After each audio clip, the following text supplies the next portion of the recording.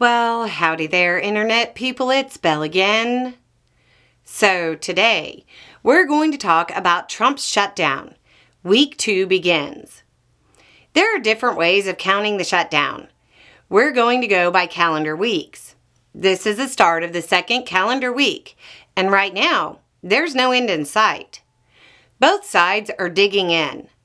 The Democratic Party seems set on pushing Trump and Republicans to give working-class Americans a break on their health care costs. When Republicans wanted to give the wealthy tax breaks, they said the policy was already in place and extended it. The Democratic Party is asking for the same logic to be applied for tens of millions of working-class Americans. There is supposed to be a vote at around 5:30 p.m. Eastern on the Democratic plan in the Senate. Republicans are saying there will be no negotiations to the press and their base, while negotiating behind closed doors on the very issue Democrats want addressed.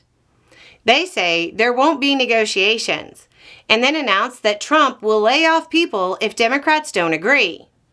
Those are negotiation tactics. I don't think that word means what they think it means. White House economic advisor Kevin Hassett repeated the threat that Trump will lay off American workers if the Democrats don't do what he wants. He said, quote, "If the president decides that the negotiations are absolutely going nowhere, that there will start to be layoffs." House Minority Leader Jeffries restated the Democratic position over the weekend in New York, saying, quote, "What Republicans have unleashed in terms of this health care crisis that they have created is unprecedented, unconscionable, and un-American. The largest cut to Medicaid in American history." He then went on to talk directly about the ACA cuts, adding, quote, "Republicans have refused to extend the Affordable Care Act tax credits, and as a result of that, tens of millions of people, including many right here in New York City, are about to experience dramatically increased premiums, copays, and deductibles. Republicans are saying they can deal with this later, maybe.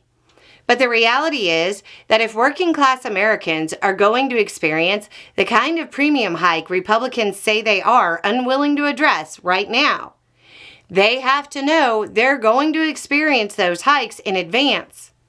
They're not Republican donors. They can't just reach into their sock drawer and pull out a few $1,000s.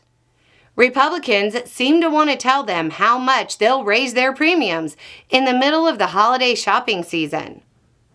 Republican Representative Thomas Massie of Kentucky made an interesting statement about why the House is in recess, saying, quote, "Why are we in recess? Because the day we go back into session, I have 218 votes for the discharge petition to force a vote on releasing the Epstein files. Speaker Johnson doesn't want that to be the news." Speaker Johnson denied this. It's worth noting that KFF, which is a health policy research group, found that 92% of Democrats, 82% of independents, and 59% of Republicans support extending those enhanced tax credits that Democrats say need to be addressed now. Clear majorities across the political spectrum. Trump has shut down the government to stop something even a majority of Republicans want.